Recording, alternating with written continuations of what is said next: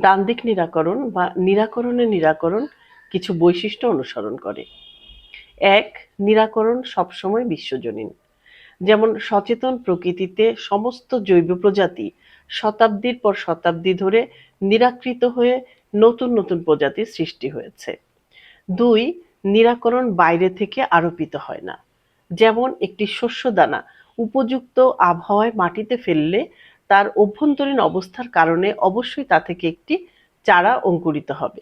চারা গাছটি অঙ্কুরিত হওয়ার জন্য তার অভ্যন্তরীণ অবস্থাই প্রধান ভূমিকা পালন করে।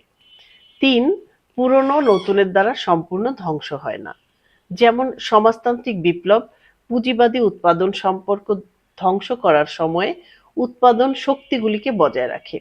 বিজ্ঞান ও সংস্কৃতিতে যা কিছু মূল্যবান সেগুলিকে বজায় রাখে। চার, নিরাকরণ একেবারে বিশুদ্ধ রূপে হয় না। যেমন অর্থনীতিতে এবং জনগণের একাংশের মনে ঔপনিবেশিক অতীতের জেরগুলি বিপ্লবের পরও বহুকাল টিকে থাকে। পাঁচ, নিরাকরণ হয় ধারাবাহিকভাবে। ছয়, দ্বান্দ্বিক নিরাকরণে সবসময়ই নিরাকরণের নিরাকরণ ঘটে। অর্থাৎ নতুন যে কোনো জিনিস আজই হোক বা পরেই হোক পুরনো হয়ে যায়।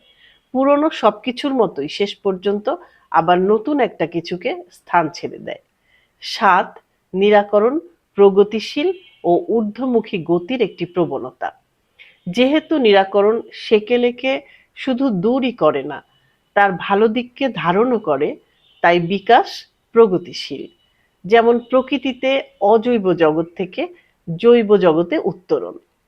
আট, নিরাকরণ সরল রেখা অনুসরণ করে না।